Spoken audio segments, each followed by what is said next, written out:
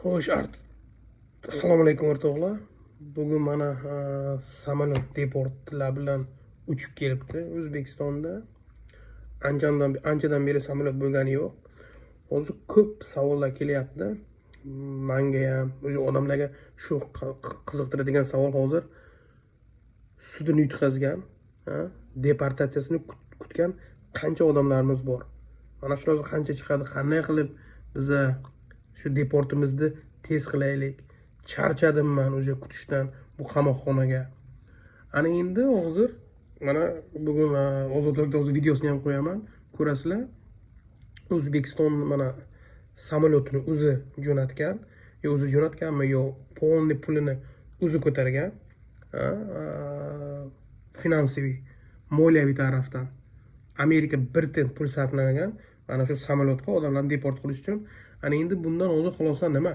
Xulosa shuki, endi kim shunaqa AISda o'tirgan bo'lsa, qamoqxonada, endi ularni olib kelish uchun AISga endi murojaat qilish kerak emas.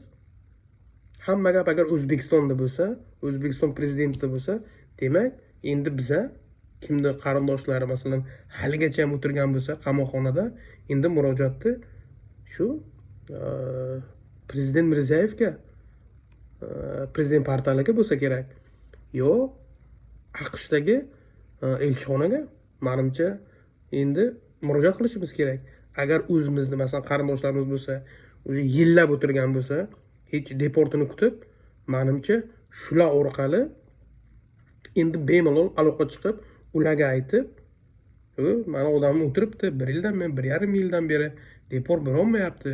Iltimos shunga yordam bering deb endi shu prezident portaliga yo O'zbekiston konsullikka menimcha murojaat qilish kerak. Ular ro'yxatga olib, shu orqali ular ham keyin AISga boshqaga ro'yxatda beradi. Mana buni bizning odamlarimiz bor ekan. Bo'ldi biz olib ketamiz deb. Chunki endi hozir mana bugun bildikki, Amerika samolyot nima qilmaydi? Tayyorlab bermaydi.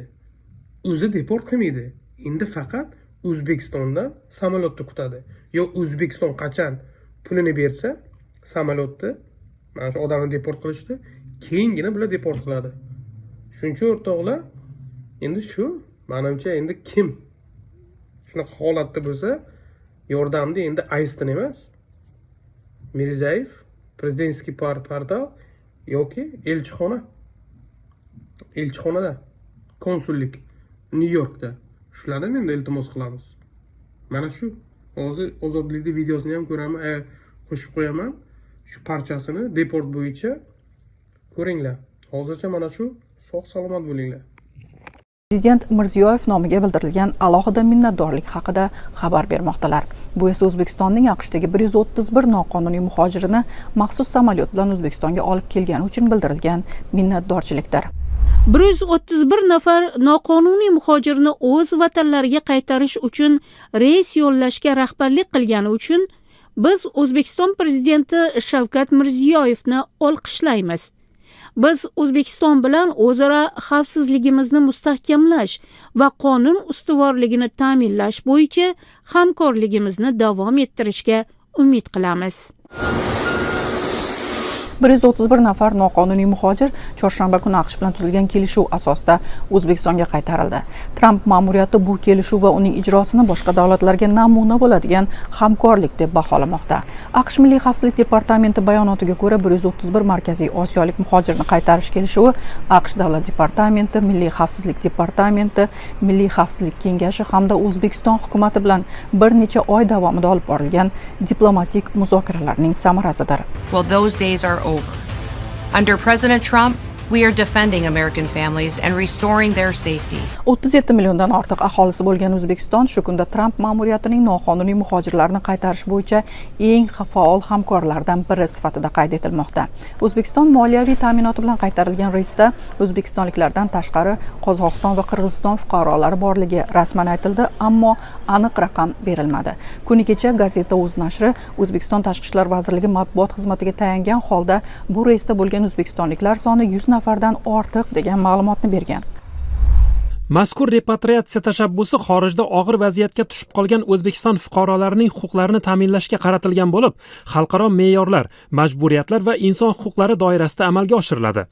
Gap viza talablarini buzgan yoki AQShda qonuniy qolish muddati tugagan fuqarolar haqida bormoqda. Repatriatsiya jarayoni insonparvarlik va huquqiy tamoyillar asosida tashkil etilib, fuqarolarning munosib va xavfsiz qaytishini ta'minlaydi. Hozir O'zbekistonga qaytarilgan noqonuniy muhojirlarning keyingi taqdiriga oid biror ma'lumot ozodlikka ma'lum emas. Ammo inson huquqlari faollari bu jarayonning shaffof emasligi va qaytarilganlar haqida ma'lumotlarning ochiqlanmayotganidan jiddiy xavotirda.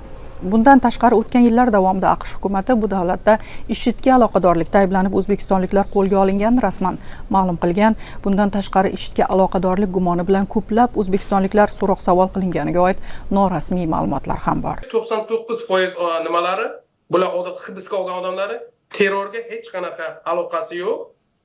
Bularni bog'lanayotgan narsa shu Turkiya orqali kelgani. Chunki o'zbekistonliklarni bilasiz, hammasi Turkiyaga keladi, Turkiyadan keyin o'sha mana Amerikaga, Yevropa davlatlari. Bitta bog'ladigan narsa mana shu.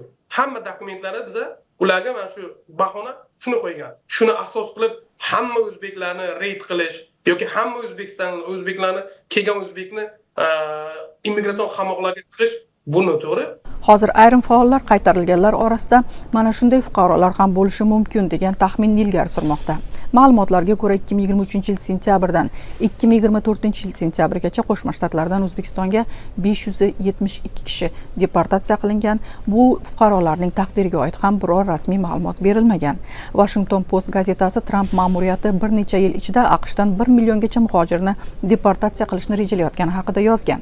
Bu maqsadga erishish uchun rasmiylar kamida 30 ta 3 davlat bilan deportatsiya qilinganlarni qabul qilish bo'yicha muzokaralar olib bormoqda.